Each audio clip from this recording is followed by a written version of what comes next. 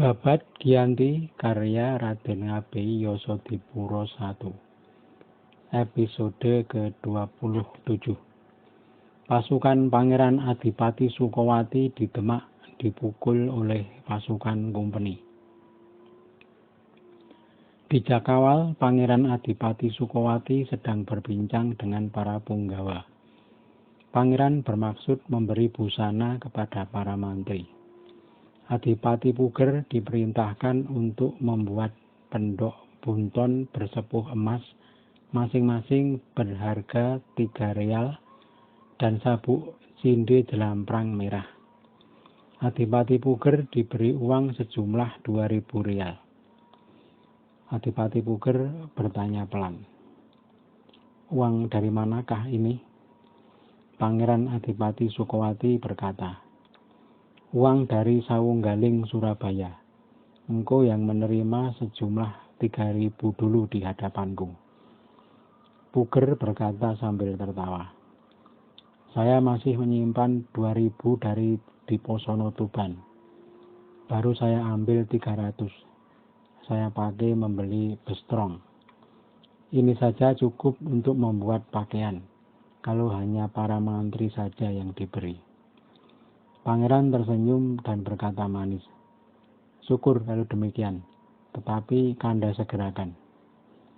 Adipati Puger menyuruh utusan membeli kain sangkelat merah ke Semarang dan membeli pendok emas ke Pati atau Kudus. Segera melesat utusan yang disuruh. Beberapa hari kemudian utusan datang menyerahkan pakaian lengkap. Sudah terlihat bagus pakaian para abdi. Pasukan Sorogeni memakai sangkelat, tetapi hanya rompi saja. Cukup untuk 80 prajurit. Semua memakai ikat kepala sutra kuning. Indah kalau dilihat. Pangeran Adipati Sukowati berkata pelan, "Wahai Kanda, prajurit para Tumenggung kulihat masih bercampur pakaiannya. Belum bagus. Prajurit setiap Tumenggung sebaiknya sama, walau hanya dari kain sederhana. Kalau genap 100 orang sungguh bagus dan menakutkan. Uang 2.000 itu untuk apa kalau hanya disimpan di kantong? Bagikan kepada para Tumenggung untuk membeli pakaian bagi prajuritnya." Adipati Puger berkata, "Ya benar, saya pikir juga begitu. Kalau berbaris terlihat musuh tak tampak berwibawa, tidak membuat malu si tua ini." Segera dibagi uang rial sejumlah 2.000 kepada para Tumenggung. Sudah merata dibelikan kain lurik yang sama warnanya untuk masing-masing Tumenggung. Namun setiap Tumenggung tidak sama satu dengan yang lain. Ganti cerita, perjalanan Gubernur Hohendorp berhenti di Pati. Gubernur mendengar di Demak ada barisan 2 bupati yang sedang berjaga. Namanya Tumenggung Godomastoko dan satunya lagi Adipati Suronoto. Bupati Demak tua muda kemudian dipanggil oleh Hohendorp. Raden Tumenggung Martonagoro ditanya kesiapannya perang melawan 2 Tumenggung dari kubu Pangeran Adipati Sukowati tersebut. Tumenggung Martonagoro menjawab, "Tuan, kalau ditanya jawab saya repot." Yang menjadi sebab repotnya karena pangerannya sering menyamar ikut perang bersama prajurit kecil dengan memakai pakaian pelayan. Itu yang menjadi kerepotan kami, Tuan. Gubernur keras mendengus. "Bapak ini penakut. Kau ini tinggi besar melebihi si Mangkubumi." Martonegoro menjawab, "Walau besar tetapi kosong. Tuan kok dimusuhi, kan tidak elok." Hohendorp berkata keras, "Kok mengakui Tuan kepada musuh?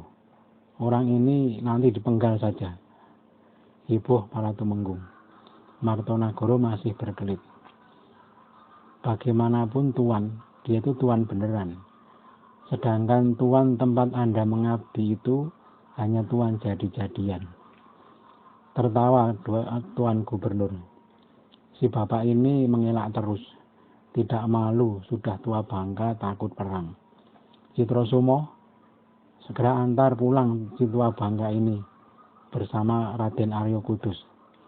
4 bupati sudah sebanding kekuatannya dengan musuh. Saya akan memantau di belakang. Kalian berangkat pagi-pagi. Berperanglah habis-habisan. Malamnya tak diceritakan. Paginya berangkat. Yang berada di depan adalah Adipati Jepara Citrosomo. Arya Kudus yang memimpin dragonder di belakangnya sebanyak 50 personil. Mereka berbaris agak jauh di belakang. Setelah menempuh perjalanan, sampailah mereka di Demak. Bupati Demak, Adipati Suronoto dan Pangeran Tumenggung Godomastoko sudah mendengar ada musuh datang. Segera mereka membunyikan tanda perang. Ada 700 prajurit yang bersiaga. 200 diantaranya berkuda. Prajurit darat sudah bertempur. Orang Jepara mau menerjang. Orang Demak tangguh. Senapan berhamburan pelurunya. Pasukan Demak kekurangan senjata. Hanya modal gagah dan keberanian. Pangeran Tumenggung Godomastoko selalu waspada. Musuh dari belakang terus bermunculan. Pasukan Kudus berhamburan menyerang. Orang Demak terdesak sehingga gelar pasukannya kacau. Dan semakin lama semakin terdesak mundur.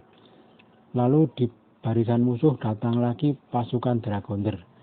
Bubar pasukan Demak karena kalah jumlahnya. Adipati Suronoto perlahan mundur bersama pasukan berkuda. Pangeran Tumenggung Godomastoko juga perlahan mundur bersama prajurit darat. Mereka mencoba terus melawan untuk menahan laju musuh.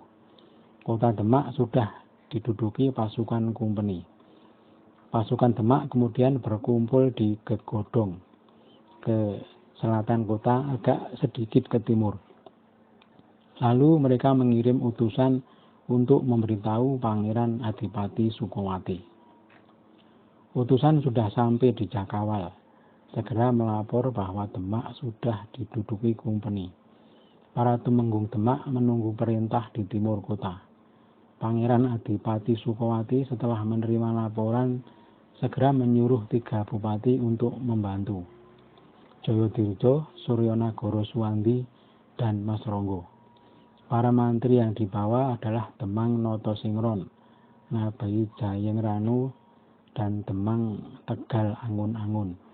400 pasukan berkuda dan 700 prajurit darat bergegas berangkat ke utara. Di jalan tak diceritakan, perjalanan pasukan sudah sampai di timur kota Demak. Sudah bertemu dengan Adipati Suronoto dan Pangeran Tumenggung Godomastoko. Pasukan yang baru datang kemudian merundingkan tindakan yang akan diambil. Pangeran Tumenggung Godomastoko memberitahu bahwa musuh bukan tandingan, karena pasukan mereka di Demak teramat besar, dan Gubernur Hohenberg pun ada di situ menunggui. Pasti tak seimbang dalam bobot pasukannya. Mereka lalu sepakat kembali ke Jakawal. Sesampai di Jakawal, segera melapor bahwa pasukan musuh dalam jumlah sangat besar berada di Demak. Gubernurnya pun bermarkas di Demak. Pangeran Adipati Sukowati berkata, "Nah, itu memang bukan musuh yang sebanding bagimu. Sebaliknya kalian berdua berhati-hati. Barangkali si gubernur marah-marah karena pasukannya yang berperang dengan Gudilajer banyak yang mati. Ia benar-benar akan membalas dendam kepada Adipati Suronoto dan Godomastoko. Anakku Godomastoko, jangan pulang dulu ke Demak." Di Demak, gubernur sebenarnya ingin lebih lama menetap, tapi mendadak datang utusan Petor Semarang. Utusan memberitahu bahwa anggota Dewan Hindia, Fideler Jacob Mosel datang dari Betawi membawa perintah Gubernur Jenderal. Gubernur Hohenberg segera mengumumkan bubarnya pasukan dan segera kembali ke Semarang. Di jalan tak diceritakan. Sesampai di Semarang, gubernur membaca surat yang dibawa Ideler Jacob Mosel. Isinya mengatakan, Ideler Jacob Mosel datang membawa anak perempuannya untuk diberikan kepada Gubernur Hohendorp sebagai istri. Juga diperintahkan kepada Gubernur Hohendorp untuk memulai perundingan dengan Pangeran Mangkubumi. Barangkali masih bisa diredakan terbakarnya hati ksatria muda tersebut.